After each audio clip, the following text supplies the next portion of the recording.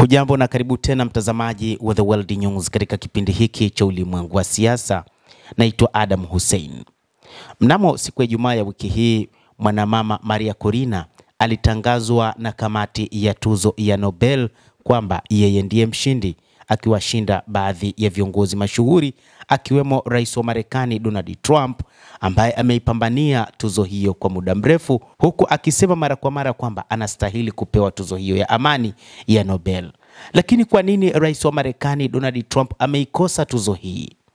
Baada ya Rais wa Marekani Donald Trump kukosa tuzo ya amani ya Nobel, msemaji wa ikulu ya White House ameikosoa kamati iliyoandaa tuzo ya Nobel kwa kutomtunuku rais huyo tuzo hiyo, akihitaji hatua hiyo kuwa ni upendeleo wenye kufadhilisha siasa badala ya amani. Steve Cheung, mkurugenzi wa mawasiliano wa White House, amesema katika taarifa kuwa Rais Trump anaendelea kufanya juhudi ili kufikia makubaliano ya amani, kumaliza vita na kuokoa maisha ya watu. Amedai kuwa Trump ana moyo wa kibinadamu na kwamba hakutakuwa na mtu kama yeye ambaye anaweza kufanya hivyo kwa mapenzi na irada yake mwenyewe. Kamati ya tuzo ya Nobel imethibitisha kuwa haiangalii sana katika masuala ya siasa isipokuwa amani pekee. Jambo hili ambalo kwa kiasi kikubwa limedhihirisha kutoridhishwa kwa Washington na uamuzi wa kamati ya Nobel, bali kwa mara nyingine tena imeibua mijadala mikubwa kuhusu taswira ya siasa ya tuzo hiyo na wastahiki halisi wa tuzo hiyo. Akiwa rais wa nchi, Trump amejaribu mara kadhaa kujiaminisha kuwa ndiye mtu pekee ambaye anapaswa kupata tuzo hiyo ya amani ya Nobel. Lakini sasa tuangazie sababu ya kukosa tuzo hiyo. Kwa mujibu wa taarifa ambayo ilitolewa na kamati ya tuzo ya amani ya Nobel, imeeleza kwamba kwanza wanaangalia ndani ya mwaka mmoja mhusika amefanya nini katika kufanikisha suala la amani katika eneo fulani.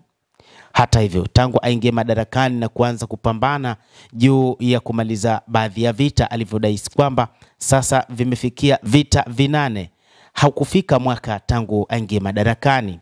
Rais wa Marekani Donald Trump ametawazwa kuwa rais katika awamu ya pili Januari 20 mwaka 2025, lakini hata wakati huu bado hata mwaka haujafika. Kadhalika, wachambuzi wa mambo wamechambua juu ya namna rais huyu wa Marekani alivyopambania suala la amani. Rais wa Marekani, kwa mujibu wa wachambuzi wa mambo, ni kwamba moja kati ya changamoto kubwa ambayo anayo ni pamoja na kuanzisha machafuko, lakini baadaye kutumia mpango wa amani. Na hivyo tuzo hii haipaswi kupewa kwa watu ambao wanaanzisha machafuko. Moja kati ya jambo linalotajwa ni akiwa katika awamu yake ya kwanza alijaribu mara kadhaa kujionyesha kwamba anapenda amani.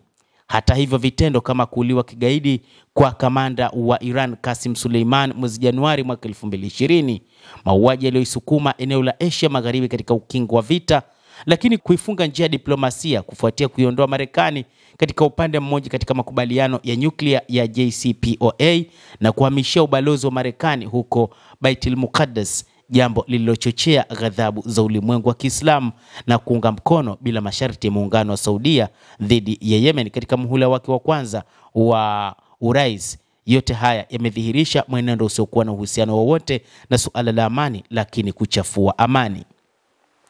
Hatua hizi zimeendelezwa pia katika duru ya pili ya urais wake baada ya kuingia madarakani na kutawazwa kuwa rais katika kipindi cha mwaka 2025. Ameunga mkono Israel bila masharti katika vita dhidi ya Gaza, lakini akipeleka fedha pamoja na silaha, wakati huo huo akitumia mbinu nyingine za kutaka kutatua vita.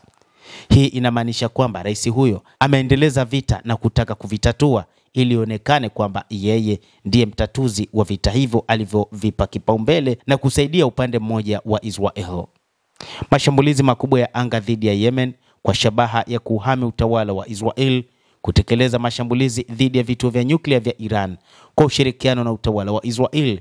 Kitendo hiki ambacho ni kiukwaji wa wazi wa sheria za kimataifa, lakini uwepo wa meli za Marekani katika bahari ya Caribbean kwa kisingizio cha kupambana na magenge ya magendo ya dawa za kulevya, kukabiliana na wahamiaji wanaoishi Marekani na kuwawekea mashinikizo wanafunzi na wanaharakati wa taasisi za kiraia wanaunga mkono kadhia ya Palestina ndani ya Marekani, ni miongoni mwa hatua zilizochukuliwa na Donald Trump ambazo si tu hazijaimarisha amani bali kusababisha ukosefu wa amani.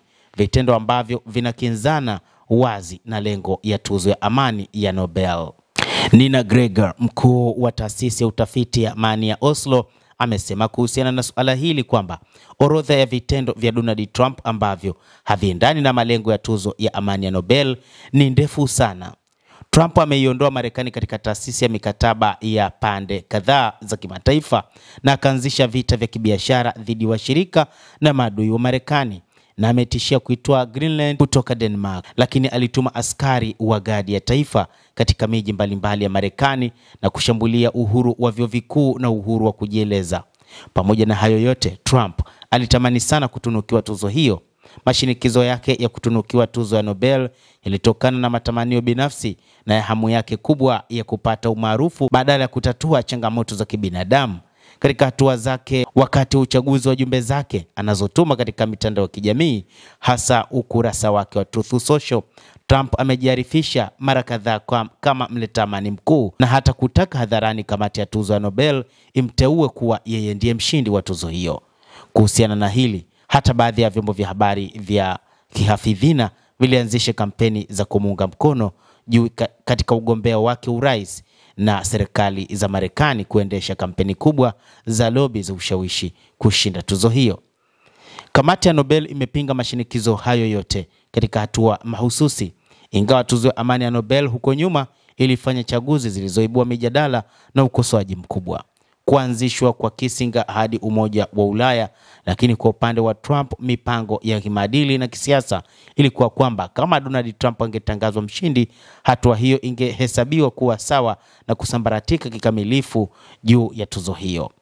Ni wazi kuwa kuondolewa kwa Trump kwenye orodha ya waliorithishwa kuwania tuzo ya amani ya Nobel si ishara ya uadilifu na kutegemea upande wowote waandaji wa tuzo ya amani ya Nobel, bali ni uthibitisho wa ukweli kwamba hata katika michezo ya kisiasa vigezo vya chini kabisa vinapaswa kuzingatia. Mtazamaji, hayo ndio tulionayo, ni jinsi rais wa Marekani Donald Trump alivyokosa tuzo ya amani ya Nobel. Naitwa Adam Hussein, endelea kuwa nasi bila kusahau kulike, kucomment na kusubscribe channel yetu hii.